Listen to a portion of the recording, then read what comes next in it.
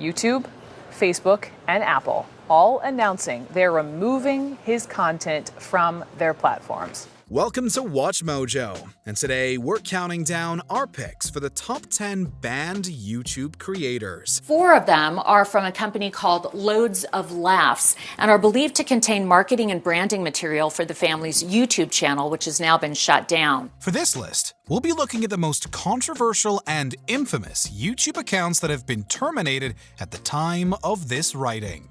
The reasoning behind these terminations could vary, but all of these accounts saw their YouTube channels forcibly deleted. Were you aware of these? Let us know in the comments. Number 10. Varg Vikernes.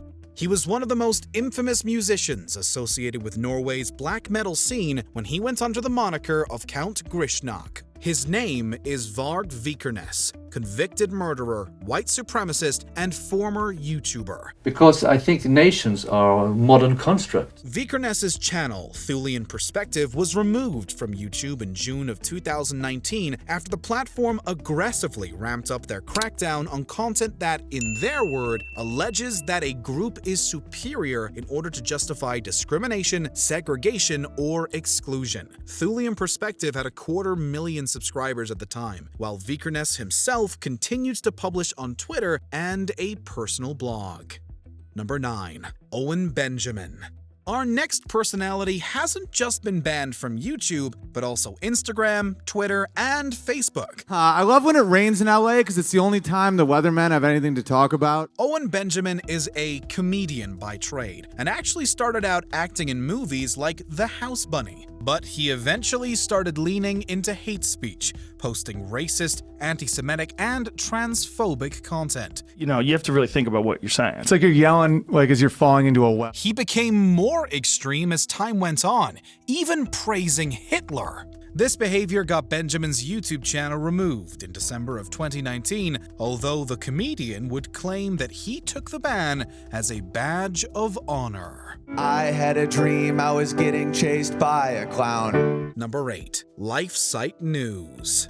The COVID-19 pandemic saw a number of YouTube accounts removed from the platform due to the dangerous spreading of misinformation on various channels. LifeSite News has grown in ways we never could have imagined. LifeSite News was one example of this, although this far-right Catholic conservative group was already controversial prior to the ban. LifeSite News' presence on YouTube was removed in February of 2021 after the channel repeatedly espoused anti-vaccine content, as well as denials of COVID's severity and danger to the public. I would have said, you're crazy, but this is the world we live in today, isn't it? The pro-life group was also temporarily suspended from Twitter and permanently banned from Facebook in May of 2021. However, the group's founder, John Henry Weston, retains a YouTube channel at the time of this writing.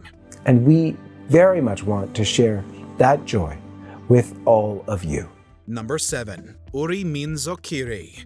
It isn't all that often that a state-run news site sees permanent removal from a public platform such as YouTube. But Uri Minzokiri isn't an average news site. Indeed, this North Korean site often takes material gleaned from the official Korean Central News Agency and syndicates it to its own audience. The site was already banned in South Korea, but 2010 saw Uri Minzokiri increase its social media presence in an attempt to change the perception of North Korean culture around the world. YouTube decided to terminate its channel in 2017 due to legal issues. Number 6. Dan Bongino.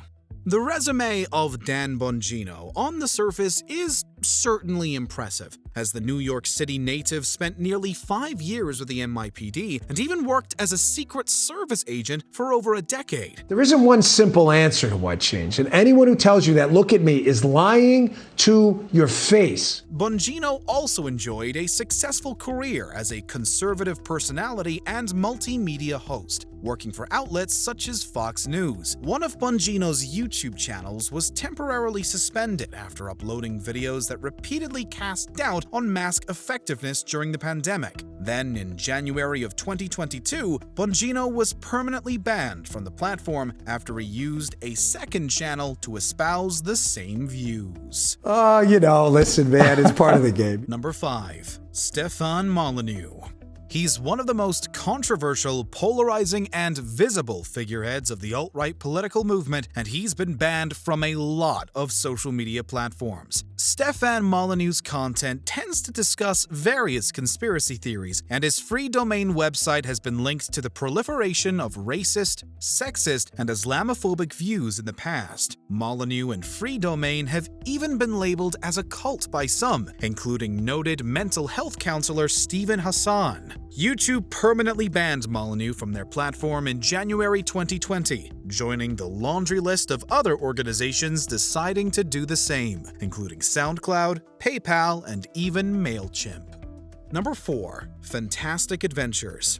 It isn't only political views that can get a YouTube channel permanently banned. The personal channel Family05 was removed multiple times from YouTube on account of its content violating the platform's policies on child endangerment. I would really like some wild wings.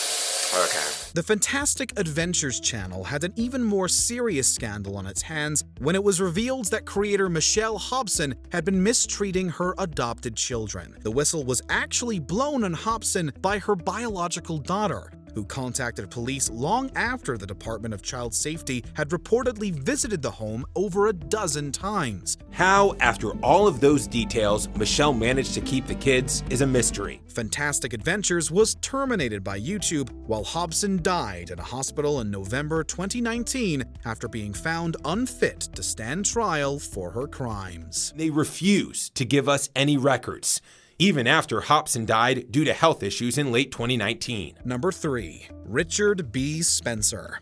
Sometimes, a creator might attempt to distance themselves from accusations against their content in hopes it might all go away and they'll be allowed to continue. Richard Spencer, for his part, goes all in with his hateful rhetoric and unrepentant racism, regardless of whether or not it gets him banned. Naturally, this did occur with Spencer's YouTube channel, right around the same time the platform eliminated the channels of Stefan Molyneux and one-time presidential candidate David Duke. Spencer continues to speak today with lectures and personal appearances, but he also faces pushback and protest every step of the way.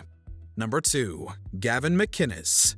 If you weren't aware of Gavin McInnes when he founded Vice back in 1994, then the January 6th attack on the United States Capitol building almost certainly brought the man's past affiliations back into the public eye. This was due to an organization called the Proud Boys, a group also founded by McInnes, which had been labeled by its critics as neo-fascist and even designated in Canada as a terrorist group. McInnes' YouTube channel was initially banned in 2018 on account of copyright infringement, but was later reinstated before a June 2020 ban for hate speech hit McInnes once again. The podcast host and writer was also banned from Amazon, PayPal, Twitter, and Facebook. Before we continue, be sure to subscribe to our channel and ring the bell to get notified about our latest videos. You have the option to be notified for occasional videos or all of them. If you're on your phone, make sure you go into your settings and switch on notifications. Number 1.